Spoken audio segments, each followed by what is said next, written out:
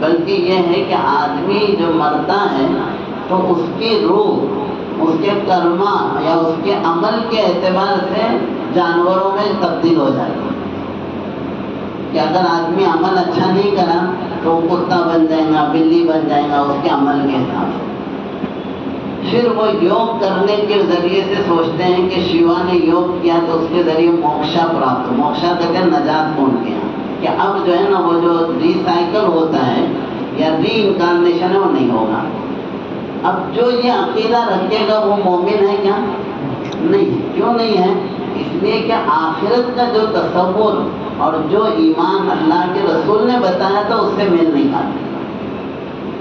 اس لیے ہمارے یہاں ہر بات پر یہ طے کرنا ہوتا ہے کہ اس سلسلے میں اللہ کے رسول کی بات کیا ہے۔ اس سے ہٹ کر کوئی بھی سوچ یا کوئی بھی فکر رکھنا یہ فکری ارتداد ہے جو اپنا موضوع تھا آج کا۔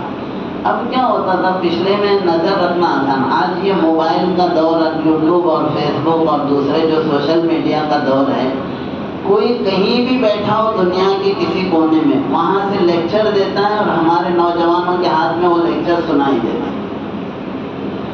اب دین جو ہے نا ایک محدود ہے، ایک خاص اس کی باؤنڈریز ہے، اسی لیے ہمارے لیے ضروری ہوتا ہے کہ اللہ کے رسول کے بارے میں ہمارا کیا ایمان ہونا چاہیے، فرشتوں کے بارے میں ہمارا کیا ایمان ہونا چاہیے، اللہ کے رسول کی کتابوں کے بارے میں بہت سارے مسائل ہیں۔ اب کیا ہوگا، اب دیکھیے اس کی وجہ میں بتا رہا ہوں، اب بہت اہم چیز یاد آئی اور اس کو بتانا ہے آپ کو۔ جو نئی تعلیمی پالیسی آ رہی ہے ابھی، اس کا نصاب بھی اب بن کے جو ہے نا 2025 میں آ جائے گا، جو نافذ ہو گئی ہے، ان لوگوں کا جو ہے نا، بلکہ اس بات کو میں اور ذرا کھل کر بولوں، دیکھو ہم مسلمان ہیں تو تین چیزوں کی وجہ سے۔ سب میں پہلا ہمارے عقائد، ہم یہ مانتے ہیں نا کہ اکیلے اللہ کی عبادت کے لائق ہیں۔ اگر یہ عقیدہ ہم سے چھین لیا گیا، ہم اگر دوسروں کو بھی ماننے لگے تو ہم میں ان میں کیا فرق رہے گا؟ ہم آخرت پہ ایمان رکھتے ہیں، رسالت پہ ایمان رکھتے ہیں، تو یہ ایمان کی جو چیزیں ہیں نا وہی چیز ہم کو مسلمان رکھتی ہے، الگ رکھتی ہے، ہٹاتی ہے۔ تو ایمان ہے۔ دوسرا ہماری تہذیب ہے، جو ہمارے افعال ہیں، ہمارے کام کاج ہے یا ہمارے جینے کا طریقہ ہے، کھانے پینے کے اللہ کے رسول نے جو آداب سکھائے، شادی بیاہ رسم و رواج کے جو آداب ہیں اسلامی دائرے میں، یہ ہماری تہذیب ہے۔ تیسری چیز ہماری زبان ہوتی ہے کہ زبان کے ذریعے سے تہذیب کی حفاظت ہوتی ہے۔ اس وقت ہندوستان کے اندر یہ سازش رچی جا رہی ہے کہ مسلمانوں کا دین و ایمان، ان کی تہذیب، ان کی زبان کا خاتمہ کیا ہے۔ یہ نئی تعلیمی پالیسی کے تحت، اسی لیے ہمارا جو سلیبس ہے اس وقت، ہمارا جو نصاب ہے، ہمارے نصاب سے تاریخ کو بھی ختم کیا گیا۔ اب ہمارے بچے جب تاریخ بھی پڑھیں گے نا، ہسٹری بھی، یہ بہت بڑا چیلنج ہے ہم سب کے لیے ابھی اس وقت کہ ہمارے بچوں کا ایمان محفوظ نہیں رہے گا۔ کیوں؟ اس لیے کہ سارے سنسکرت کے اور جتنے تہذیبی اور جو مورتیوں کے اور جو یعنی ہندوستان کی تاریخ کو تین حصوں میں بانٹتے ہیں، سمجھ رہے؟ ایک پراچین بھارت ہے، پراچین بھارت اینشینٹ انڈیا، جس میں یہ دیوی دیوتاؤں کا اور دیو مالائے مورتیوں کا جو تہذیبی کلچر رہا وہ چیز ہے۔ پھر بیچ کا وہ ہے جو مسلمانوں کا تہذیبی ورثہ رہا، اور بعد میں انگریز آنے کے بعد کی یہ تاریخ۔ اب یہ لوگ اس بات کی کوشش میں ہیں کہ یہ جو عہد وسطیٰ کی تاریخ ہے اسے ختم کر دیا جائے، اور پراچین بھارت اور ہمارے اسکول کے بچوں کو 3 سال میں لیا جائے۔ اب پیٹرن بدل جائے گا، اب 10ویں میں جو ہے نا جو نظام ہمارے پاس تھا اب تک اس کا بھی نظام بدل جائے گا۔ 3 سال کی عمر میں بچہ جائے گا اور جانے کے بعد اس کی جس طرح سے تربیت ہوگی تو وہ بچہ رہے گا تو نام کے اعتبار سے مسلمان کا، لیکن ذہنی طور پہ وہ مسلمان باقی نہیں رہے گا۔ آج کا جو ابھی پرانا بھی سلیبس ہے، اگر ہم اپنے بچوں کو مکتب میں نہیں بھیجیں، یعنی ہم نے مکتب میں نہیں بھیجا، اسے الگ سے سکھایا نہیں دین کو، اچھا ایک اور دکھ کی بات میں بتاؤں آپ کو، یہ پورا ریسرچ کر کے صحیح ڈیٹا آپ کو بتا رہا ہوں میں. ہمارے ٹیچر حضرات نے اس پہ کافی محنت کی، پورا سروے کیا، ریسرچ نکالا. آج سے 15 سال پہلے شولاپور ضلع میں پچھلے 15 سال میں 25 اردو اسکولیں بند ہو گئی. کتنے؟ 25 اردو اسکول.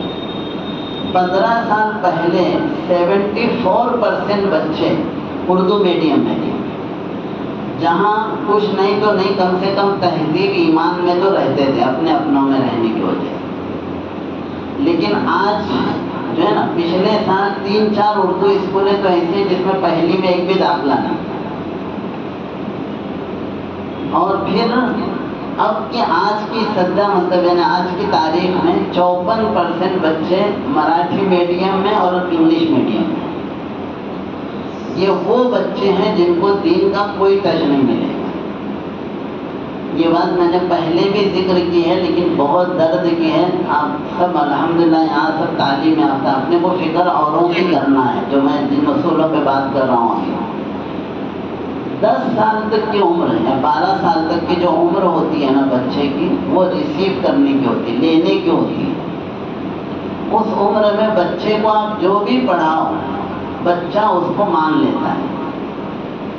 یعنی اس پہ دلیل نہیں پوچھے گا کہ بھائی دلیل کیا ہے اس کی، ایسا نہیں پوچھے گا. آپ پریوں کی کہانی سناؤ کہ لکڑی مارے تو پری کھانا نکالتی تھی تو انہیں بھی ٹرائل کرے گا. سمجھ گئے؟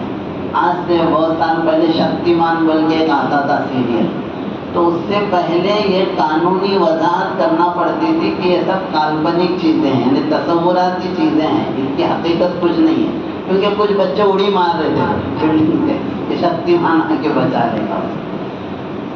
یہ جو پیریڈ ہوتا ہے نا 12 سال تک کا، اس میں آپ جو بھی بتائیں تو وہ سب کانشیس مائنڈ میں یعنی تحت شعور میں بیٹھ جاتا ہے.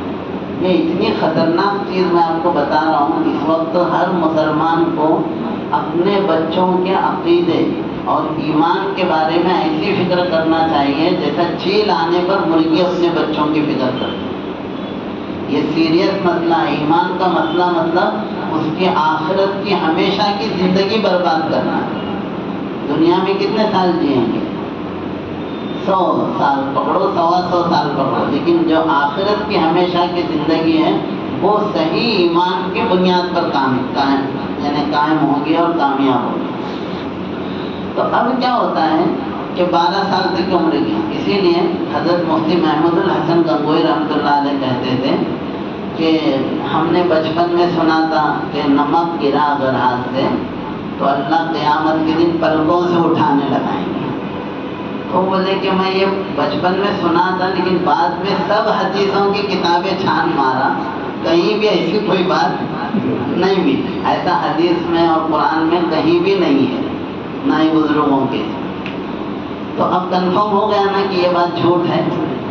تو بولتے کہ کنفرم ہوا جھوٹ ہے، میری تحقیق پوری کیا اس پہ، لیکن اس کے باوجود یہ حال ہے کہ کہیں نمک گرا ہوا دکھا تو جب تک اٹھاتا نہیں اس کے قدم آگے بڑھتے ہی نہیں.